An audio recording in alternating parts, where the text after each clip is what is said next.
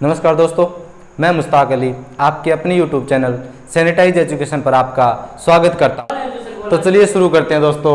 आज का हमारा टॉपिक घात, घातांक एंड करने के ऊपर। तो सबसे पहले घात या घातांक क्या चीज़ होती है। तो देखिए दोस्तों, मान लो हमारे पास लिखा हुआ है अभी 10 की घात 4, इसे क्या बोलेंगे 10 की घात 4। ये जो लिखा हुआ है नीचे इसे बोलेंगे आधार। तो यहाँ पे हमारा आधार कितना है 10, और ये जो ऊपर लिखा हुआ है इसे बोलेंगे घात या घातांक। घात या घातांक, तो कितना भी घात या घातांक 4। तो ये तो हो गया 10 तो हो गया आधार, और ये हो गया घात या घातांक। तो इसको बोलेंगे क्या 10 की घात 4। 10 की घात 4। मान लीजिए हमारे पास ऐसा लिखा हुआ है, इसे क्या बोलेंगे 2 की घात 4। 2 की घात 4। तो ये जो 2 है ये क्या है यहाँ पे आधार, और ये जो 4 है वो क्या है यहाँ पे घात। तो घात कितने यहाँ पे 4 और आधार कितने यहाँ पे 2।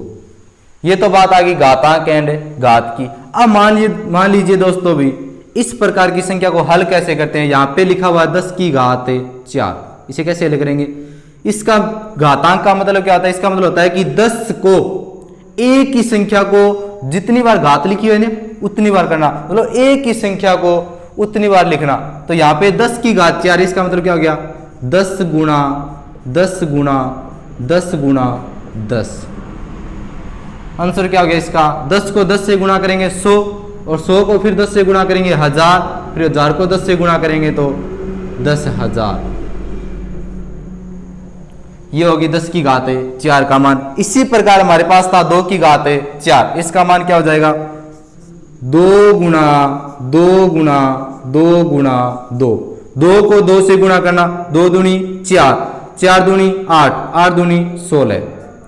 ये तो था हमारी घातांक के ऊपर सिंपल सा क्वेश्चन कि घातांक को हल कैसे करते हैं। अब इस पे कुछ फॉर्मूले हैं, ठीक है, कुछ सूत्र है, उनको हम करेंगे सबसे पहले। तो मान लीजिए हमारे पास सबसे पहला कौन सा फॉर्मूला है, यानी a की घात m गुणा a की घात n। कैसे भी देखो यहाँ पे ये भी a है, ये भी a है, तो इसे बोलते हैं आधार, और ये क्या है घातांक। तो आधार आप लोगों को क्या दिख रही है, बिल्कुल सेम। तो इसे क्या बोलेंगे जब आधार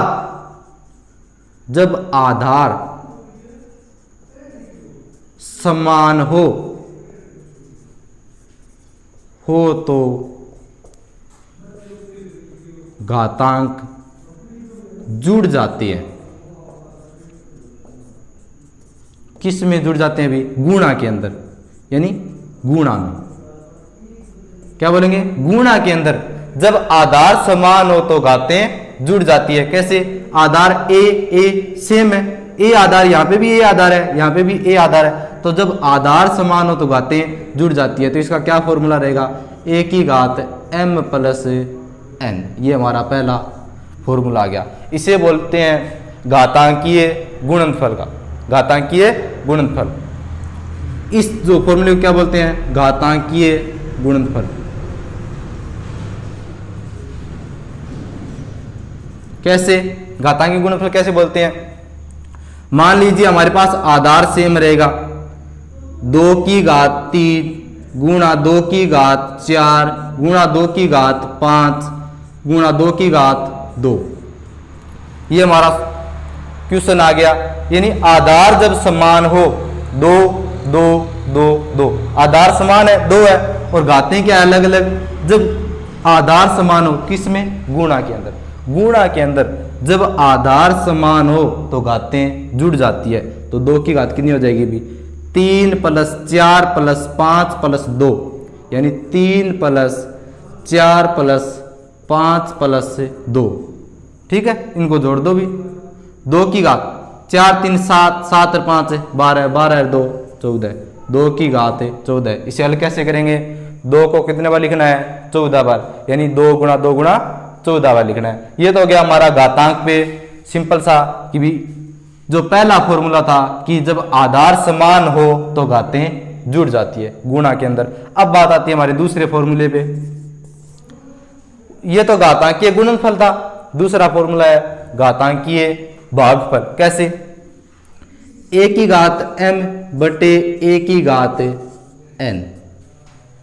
ये आधार a है, यहां पे भी आधार a है। जब आधार समान हो और है किसके अंदर? भाग के अंदर, तो घातांकीय, इस फॉर्मूले को बोलते हैं घातांकीय भागफल। घातांकीय भागफल जब आधार समान हो और है किसके अंदर? भाग के अंदर। जब आधार समान हो तो घातें घट जाती है। a की घात m माइनस n, ये जो बटे में है ना, ये ऊपर जाएगी तो n का क्या हो जाएगा भाई? माइनस में। क्या होता है? माइनस में, यानी a की घात m माइनस n नीचे वाला। मान लीजिए इसी प्रकार एक क्वेश्चन करते हैं इसका, 3 की घात 7 बटे में 3 की घात 2। आधार यहाँ पे समान है, 3 है, 7, और यहाँ पे घात कितनी है? 2। इसे हल कैसे करेंगे? 3 की घात 7 माइनस 2 यानी 3 की घात 5। और इसे कैसे लिखेंगे? 3 को कितने बार लिखेंगे? 3 गुणा 3 गुणा 3 गुणा 3 गुणा 3, 5 बार लिखेंगे।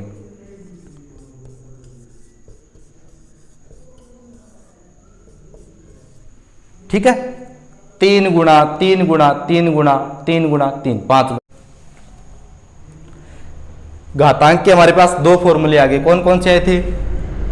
a की घात m गुणा a की घात n, a की घात m प्लस n। और दूसरा फॉर्मूला क्या था भाई? कि a की घात m, ठीक है, बटे a की घात n। क्या लिखेंगे? a की घात m माइनस n। ठीक। तीसरा इसका जो फॉर्मूला होता है वो होता है व्युत्क्रम का नियम। कैसे? a की घात m है, ठीक है, व्युत्क्रम का नियम। a की घात m, तो व्युत्क्रम करेंगे तो क्या हो जाएगा? a की घात माइनस m। मान लो भाई 1 बटे 2 की घात 3। व्युत्क्रम का नियम क्या होता है? 1 बटे 2 की घात 3। इसे क्या लिखेंगे? ये जो बटे में है ऊपर चला जाएगा, क्या हो जाएगा? घात क्या हो जाएगी भाई? माइनस की। इसे बोलते हैं घातांकीय व्युत्क्रम का नियम। क्या बोलते हैं इसे? घातांकीय व्युत्क्रम नियम। घातांकीय व्युत्क्रम नियम। इसी पे एक दो क्वेश्चन और कर लेते हैं। मान लो हमारे पास लिखा हुआ है 2 बटे 3 और घात में दे रखी है माइनस की 4। 2 बटे 3 और इसकी घात क्या है? माइनस की 4। तो क्या कहता है गुणनफल? ये जो माइनस है, ये 2 की घात माइनस 4 भी है और 3 की घात भी माइनस 4 है। इसे व्युत्क्रम घातांक का जो नियम लगाएंगे वो क्या कहेंगे? इस संख्या पलट जाएगी, और जो माइनस आ जाती है ना घात, तो क्या कहते हैं? संख्या को पलट दो। 3 बटे 2 और घात क्या हो जाएगी? प्लस 4। 3 बटे 2 और घात क्या होगी? प्लस। यानी घात को जब ऋणात्मक घात है तो धनात्मक बनाना, और धनात्मक को अगर हमें जरूरत पड़ जाए ऋणात्मक बनाने के लिए तो संख्या को क्या करना है? पलट देना है। यानी ऋणात्मक घात आ गई और उसको धनात्मक बनाएंगे तो इस घात के नीचे जितनी भी संख्या, उस संख्या को क्या कर देना है? पलट देना है। मान लो हमारे पास लिखा हुआ है 2 की घात माइनस 3 और 3 की घात माइनस 4, अलग अलग आ गई। अब क्या? 2 की घात माइनस 3 और 3 की घात माइनस 4। क्या लिखेंगे? ये जो माइनस में है घात, ये तो ऊपर चली जाती है तो क्या हो जाती है? प्लस की। और ये 2 की घात माइनस का 3 है, ये नीचे आएगी तो क्या हो जाएगी? प्लस की। तो क्या लिखेंगे? 3 की घात 4 बटे में 2 की घात 3। ये था व्युत्क्रम का नियम, घातांकीय व्युत्क्रम का नियम। इसे हल कैसे करते हैं? 3 को तो कितने बार लिखना है? 3 गुणा 3 गुणा 3 गुणा 3, 4 बार। और 2 को कितने बार लिखना है? 2 गुणा 2 गुणा 2, 3 बार। गुणा कर दो। 3 तिया 9, 9 तिया 27, 27 तिये 81, 2 दूनी 4, 4 दूनी 8। ये हमारा क्या आ गया? आंसर इस क्वेश्चन का। यह था घातांकीय व्युत्क्रम का नियम। तो तीसरा हमारे पास जो नियम आया वो कौन सा है? घातांकीय व्युत्क्रम का नियम। तीसरा जो हमारे पास फॉर्मूला है वो क्या है? व्युत्क्रम का नियम। तो क्या होता है व्युत्क्रम का? a की घात m, तो इसे क्या लिखेंगे? 1 बटे a की घात माइनस m। चौथा जो फॉर्मूला बनता है वो होता है शून्य, घातांकीय शून्य का नियम। कैसे?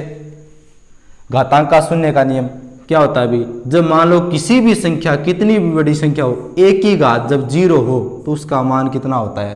मान लो हमारे पास 1000 है, 1000 और इसकी घात कितनी है? 0। तो 1000 की घात 0, इसका मान कितना आएगा? 1। कुछ भी संख्या आ जाए, x की घात 0, इसका मान कितना आएगा? 1। 99 की घात 0, इसका मान कितना आएगा? 1। कुछ भी संख्या हो, जब उसकी घात क्या हो? 0 हो, तो उसका मान कितना रहेगा? 1 रहेगा। तो x की घात 0 का मान कितना रहेगा? 1 रहेगा। अब आगे आता है घातांकीय गुणनफल का नियम। गुणनफल का नियम क्या होता है अभी? देखो, गुणनफल का नियम, घातांकीय गुणनफल का नियम, घातांकीय गुणनफल का नियम। देखो, जैसे 2 की घात 3, इसकी घात 3, इसकी घात 2, जब इस प्रकार का हो, 2 की घात 3, ठीक है, फिर इस पूरी की घात 3, यानी घात जब गुणा में हो, यानी घात के ऊपर घात, तो इसका क्या मतलब होगा? घात आपस में घातें क्या हो जाती है? गुणा। 3 गुणा 3 गुणा 2, 3 तिया 9, 9 दूनी 18। 2 की घात कितनी होगी? 18। तो इसका क्या फॉर्मूला बनता है अभी? यानी x की घात a b c, तो इसे क्या लिखेंगे? x की घात a b c, यानी घातें आपस में क्या हो जाएगी? गुणा। ठीक है। इसी प्रकार दूसरा फॉर्मूला भाई, मान लो हमारे पास x की घात a है, इसकी घात b है और इस c की घात c है, इसके बराबर कभी नहीं होता x की घात a b c, ये बराबर कभी नहीं होता। इस पे मैं एक क्वेश्चन करता हूँ, समझाता हूँ आपको क्वेश्चन कैसे। मान लीजिए हमारे पास है 2 की घात 3, इसकी घात है 2, यानी 2 की घात 3 थी, अब 3 की घात 2 आ गई, घात के ऊपर घात। कैसे हल करेंगे? यानी 2 की घात 3 और 3 की घात 2, घात के ऊपर घात। तो इस रूल, ये जो हमारा क्वेश्चन है वो इस सूत्र पे काम नहीं करता। ये क्या करेगा? यानी 2 की घात 3, अब देखना भाई 2 को हटा के देखना, ये क्या, इससे क्या बोलते हैं? 3 की घात 2। अब जब 3 की घात 2 आ जाए तो इसे हल कैसे करते हैं? 3 गुणा 3 करते हैं। मान लो हमारा ये जो क्वेश्चन है वो इस सूत्र पे काम में लें तो घातें आपस में क्या होती है? गुणा। तो 3 दूनी 6 और यहाँ पे 3 तिया क्या हो रहा है? 9। तो ये जो क्वेश्चन है इसके हिसाब से क्या हो जाता है? गलत। तो ध्यान रखना, जब घात के ऊपर घात हो तो किस प्रकार हल करेंगे? 2 गुण 2, यानी 2 की घात आ गई 3 की घात 2, 3 की घात 2 को हल करो, 3 गुणा 3, तो 2 की घात 3 तिया 9 और 2 की घात 9 को मतलब 2 को कितने बार लिखना है? 9 बार। जो इसका आंसर आएगा वो आगे, यानी 2 गुणा 2 गुणा 2 कितने बार लिखना है इसको? 9 बार।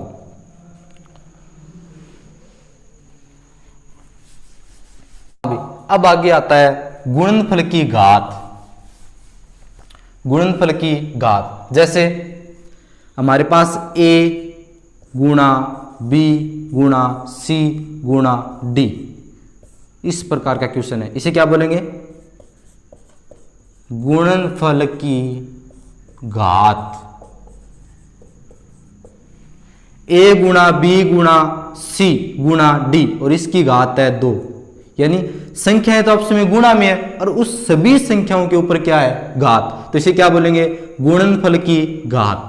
तो देखो ये घात जो गुणा में है ना सभी, ये a के ऊपर भी है, ये b के ऊपर भी है, ये c के ऊपर भी है और ये d के ऊपर भी है। तो a की घात 2 गुणा b की घात 2 गुणा c की घात 2 गुणा d की घात 2, ये थी गुणनफल की घात। ये हमारा 7 नंबर। मान लेते हैं x y z, इसकी घात है हमारे पास 3, क्या लिखेंगे? x की घात 3 गुणा y की घात 3 और गुणा z की घात 3। ठीक है, यह था इन गुणनफल की घात के रूप में हमारा एक फॉर्मूला।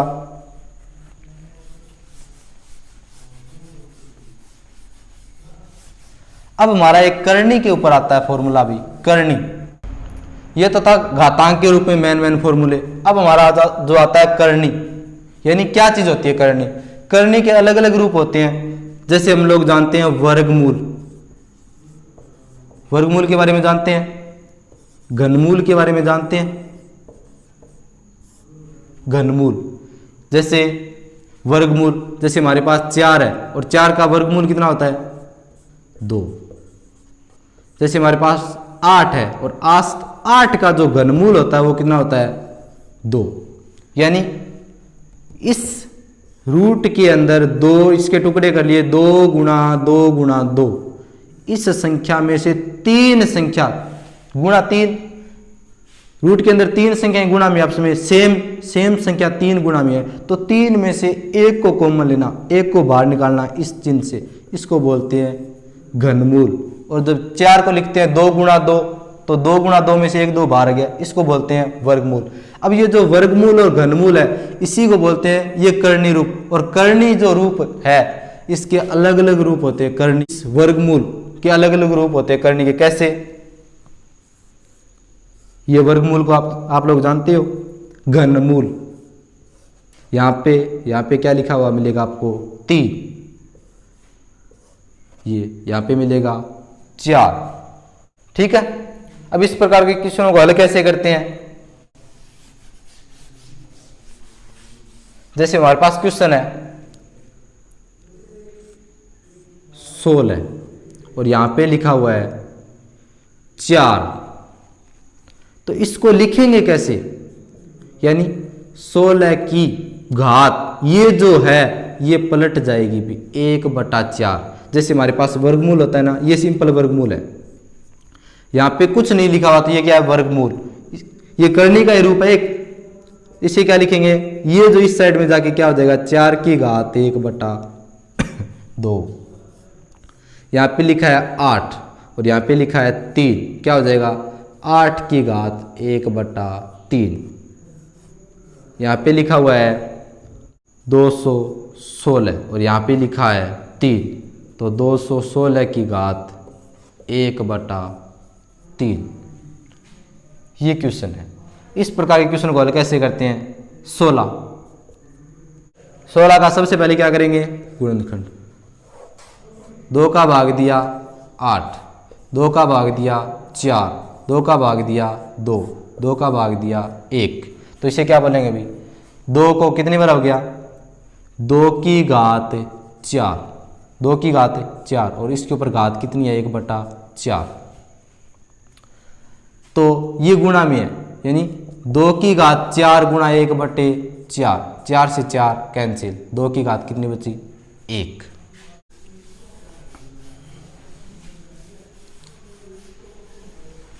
जितने भी घातांक के रूप में जो फॉर्मूले हैं उन पर आधारित हम करेंगे क्वेश्चन, उसके बाद जो करनी पे आधारित है वो क्वेश्चन करेंगे।